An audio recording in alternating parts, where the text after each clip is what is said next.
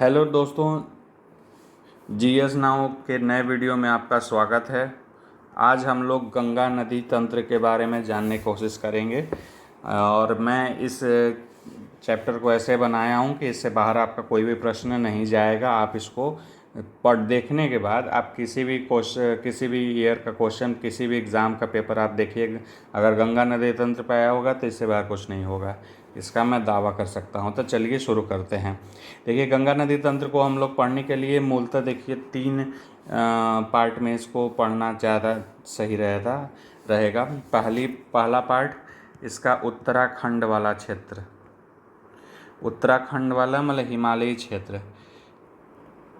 हिमालय क्षेत्र हो जाएगा। दूसरा होगा मैदानी क्षेत्र और इसकी सहायक नदियां जहां पे आके मिलती हैं। तीसरा डेल्टाई क्षेत्र। इस 3 पार्ट से आप पढ़ेंगे तो आपका इसमें सारा चीज़ कवर हो जाएगा। ठीक है। इस डेल्टाई क्षेत्र में महत्वपूर्ण ये है कि मेघना, ब्रह्मपुत्र, पद्मा, ये सब नदियाँ, मतलब गंगा ही का ही दूसरा नाम है और ब्रह्मपुत्र नदियाँ हैं। तो इसको कैसे मिलती हैं एक बार हम लोग इसको रफली देख लेंगे। ठीक है, तो चलिए शुरू करते हैं, आगे देखते हैं। पहले आगे बढ़ने से पहले एक बेसिक चीज़ जान लेते हैं कि जो भारतीय प्रायद्वीप है वो एक जल विभाजक रेखा को फॉलो करता है, जिसमें कि इसका कारण है कि सारी नदियाँ, मैक्सिमम नदियाँ इस पूर्वी भाग से तो पश्चिमी भाग से तो निकलते हैं, लेकिन जाके पूर्वी भाग में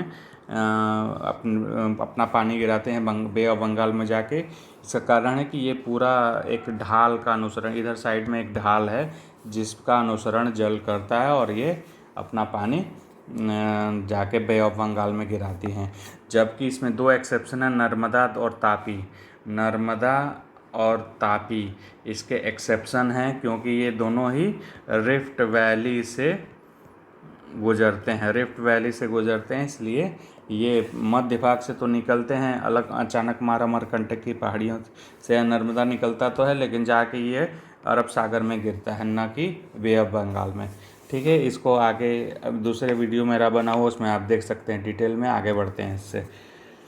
फिर बेसिक चीज़ों को उत्तराखंड वाले पार्ट में, फर्स्ट पार्ट में हम लोग उत्तराखंड को देख लेते हैं। उत्तराखंड वाले में सबसे पहले क्या चीज़ हम लोग देखेंगे कि वहाँ पे कैसे ये नदी गंगा नदी का रूप लेती है। तो सबसे बेसिक चीज़ है कि इसमें अलकनंदा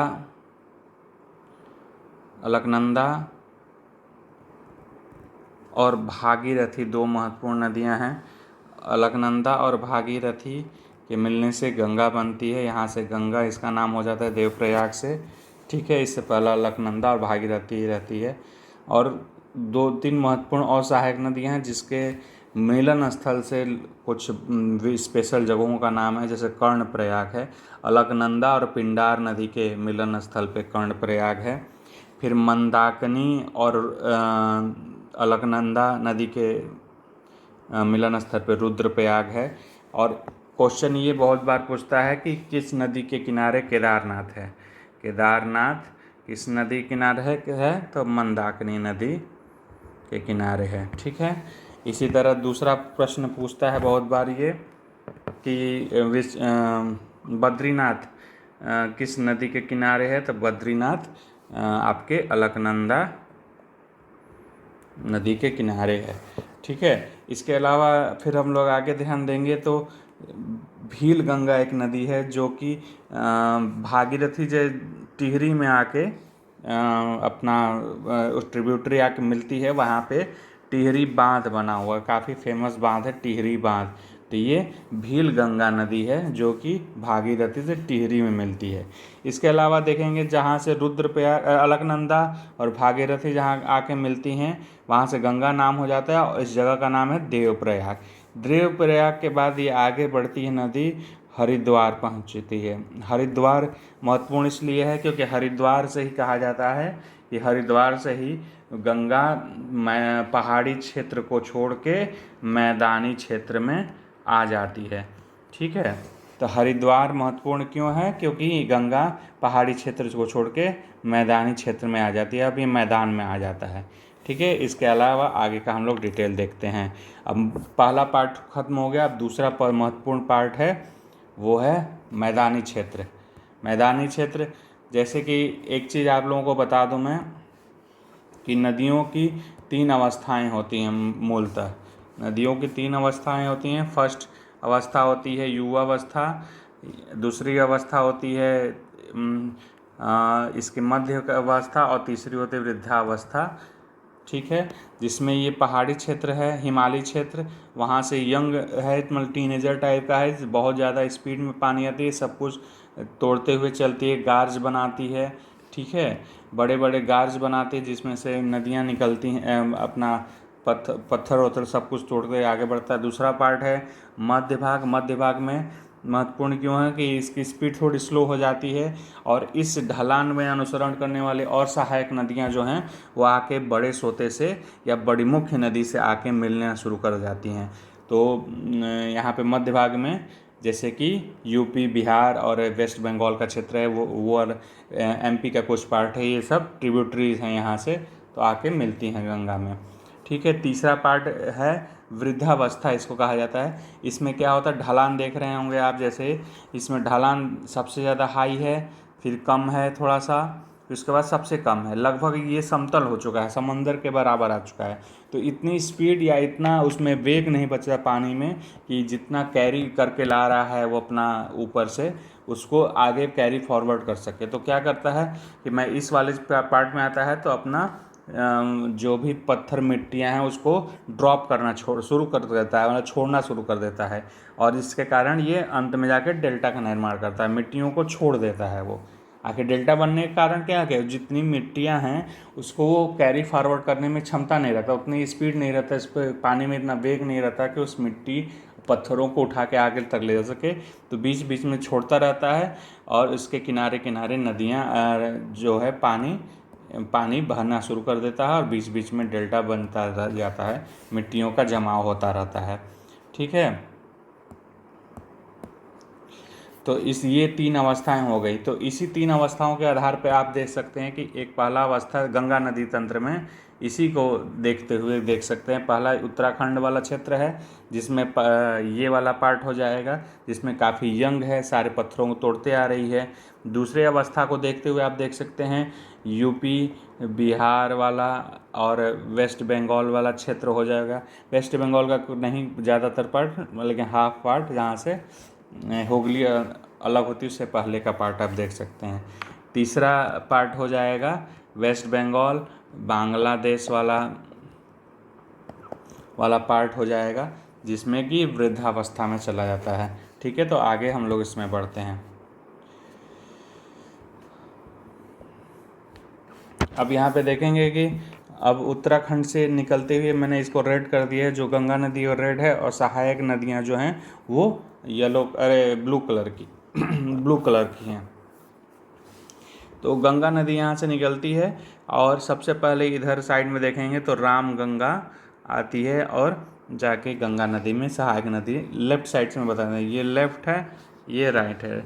लेफ्ट राइट का कॉन्सेप्ट इससे होता है कि नदी जा रही है इधर, तो नदी के जाने की दिशा में मुंह करके हम लोग खड़े हो जाएंगे, तो जो लेफ्ट होगा वो लेफ्ट, और जो राइट होगा राइट। तो ये है बायां, ये है दायां। बायां दायां लेफ्ट राइट में भी लोग कंफ्यूज हो जाते हैं, तो इसलिए मैंने हिंदी इंग्लिश दोनों बता दिया इसका। ठीक है। तो क्या होता है, सब नदी आती है मैदानी क्षेत्र में, हरिद्वार मैंने जैसे बताया हरिद्वार से आता है, मैदानी क्षेत्र में प्रवेश होता है गंगा नदी का। उसके बाद सबसे इधर से आता है लेफ्ट साइड में, सबसे पहले रामगंगा मिलती है। ठीक है। उसके बाद यहाँ से काली नदी निकलती है, जो काफ़ी विवाद का भी विषय रहा था। काली नदी जो कि नेपाल और इंडिया का सीमा भी बनाती है। काली नदी को ही आगे हम लोग शारदा नदी के नाम से भी जानते हैं। ठीक है। और ये फिर सरयू मिलने के बाद ये घाघरा के नाम से जानी जाती है। ये घाघरा इधर चुकी आ रही है, तो यहाँ से अब घाघरा हो जाती है। फिर यहाँ पे सरयू नदी है। ठीक है। ये राप्ती नदी है। इसके बाद गंडक है, और इसके बाद कोसी है। इसको सप्तकोशी भी कहते हैं, क्योंकि 7 नदियों 7 धाराओं से मिल के बना हुआ। ये इसमें ध्यान देने वाली बात है, ये सब इंटरनेशनल नदियाँ हैं। ये कोसी हो गया, गंडक हो गया, ये राप्ती हो गया, इसलिए ये इंटरनेशनल नदी क्योंकि सीमाओं को दूसरे देश की सीमाओं को पार करके आ रही हैं। ये शारदा हो गया, ये भी इंटरनेशनल है। ये कोसी तो तिब्बत से आ रही है, तिब्बत में के क्षेत्र से ये आती है, ये नेपाल को भी पार कर जाती है। ठीक है, इधर साइड में आएंगे, राइट हैंड साइड में अब हम लोग देखेंगे तो सबसे महत्वपूर्ण नदियों में है सबसे पहले यमुना। सबसे महत्वपूर्ण नदी है यमुना। उसके बाद है चंबल नदी, फिर उसके बाद बीच में छोटी सिंध नदी। अरे ये ध्यान देंगे कि ये सब यमुना के ही ट्रिब्यूटरी हैं। यहाँ तक यमुना है, यहाँ प्रयागराज में यमुना मिल रही है गंगा से। उससे पहले चंबल नदी यमुना की सहायक नदी है, सिंध नदी ये भी यमुना की, फिर बेतवा है, फिर केन बेतवा का आप लोग याद होगा कि ये इंटरलिंक करने का बात चल रहा है, प्रयास हो रहा है। ठीक है, इसके अलावा फिर इसके बाद सोन नदी सबसे महत्वपूर्ण है। ये सोन नदी आके यहाँ से लेफ्ट पे मिलती है। इसके अलावा एक गोमती नदी, ये देखिए छूट गया है, इधर साइड में ध्यान रखिए, गोमती नदी है। ठीक है, तो इसमें एक और महत्वपूर्ण है कि ये कोसी बिहार का शोक कहा जाता है। ठीक है, ये सारे महत्वपूर्ण नदियाँ हैं, जितने नदियाँ बता दी यही सबसे महत्वपूर्ण है, इसी से सारे प्रश्न आते हैं इसमें। ठीक है, और इसके अलावा अगर मैं इसमें कुछ और बताना चाहूँ तो जैसे कुछ नदियों का हम लोग देख लेते हैं कि कौन नदी कहाँ से निकलती हैं, जिससे प्रश्न आ सकते हैं। तो गंगा नदी सबको पता है कहाँ से निकलती है, गंगा नदी गंगोत्री हिमनद से निकलती है। दूसरा है यमुना, बंदर पूंछ जगह का स्थान है, यमुनोत्री हिमनद।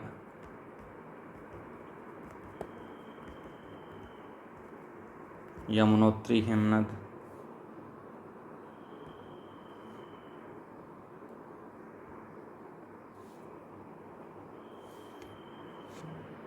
यमुना, यमुनोत्री हिमनद, या फिर बंदर पूंछ। ठीक है, शारदा जिसको मैंने बताया काली, जो नेपाल भारत का बॉर्डर बनाती है, वो मिलान हिमनद है, वहाँ से निकलती है।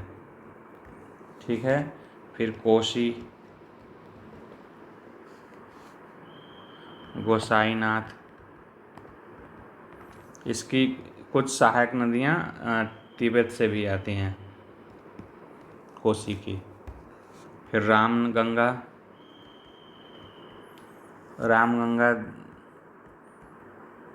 दूधा टोली उत्तराखंड में है, से निकलती है।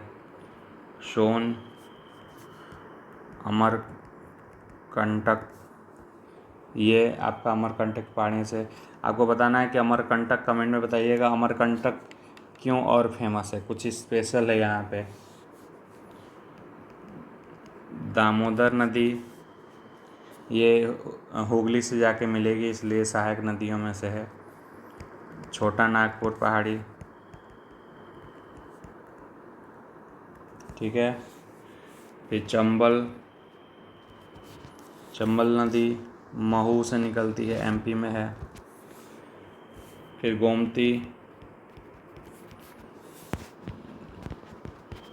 गोमती है गोमत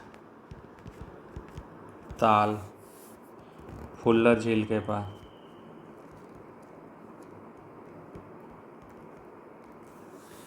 ठीक है, फिर सरयू निकलती है बागेश्वर सरमूल नामक स्थान से निकलती है। तो ये महत्वपूर्ण हो गए आपकी सहायक नदियाँ गंगा की और उसके उद्गम स्थल।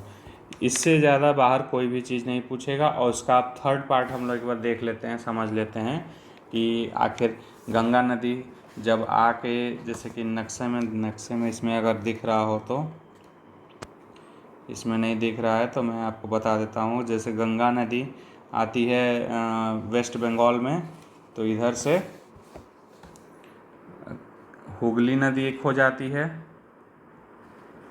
और दूसरा पार्ट अंदर वेस्ट बंगाल में चला जाता है, जिसको आगे हम लोग पद्मा नाम से जानते हैं। और इधर से आता है ब्रह्मपुत्र, ठीक है। ब्रह्मपुत्र आके मिलता है, उसके बाद ब्रह्मपुत्र ये पद्मा, जहाँ से ब्रह्मपुत्र मिल जाता है उसके बाद इसको मेघना कहा जाता है, ठीक है। उसके बाद ये जाके समंदर में मिल जाती है। इधर ये पूरा डेल्टाई क्षेत्र है। ये पूरा वैसे तो बांग्लादेश देखेंगे, पूरा बांग्ला डेल्टा टाइप का ही पूरा एरिया है, ठीक है। तो ये हो गया पूरा गंगा नदी तंत्र। मुझे विश्वास है कि इससे बाहर कुछ भी आपका नहीं आएगा प्रश्न। इसको एक बार ठीक से देख लीजिएगा, समझ लीजिएगा। कोई प्रश्न हो तो कमेंट ज़रूर करिएगा। इसी का एक दो बार देखेंगे, सारे प्रश्न आपके हल हो जाएंगे। Thank you for watching. फिर से आप लोग इसको आपको याद दिला दो, आप लोग को अगर वीडियो पसंद आ रहा है तो मेरे चैनल GS नाउ को ज़रूर सब्सक्राइब करें। आगे इससे मोटिवेशन मिलेगा नए वीडियो डालने के लिए। Thank you, take care.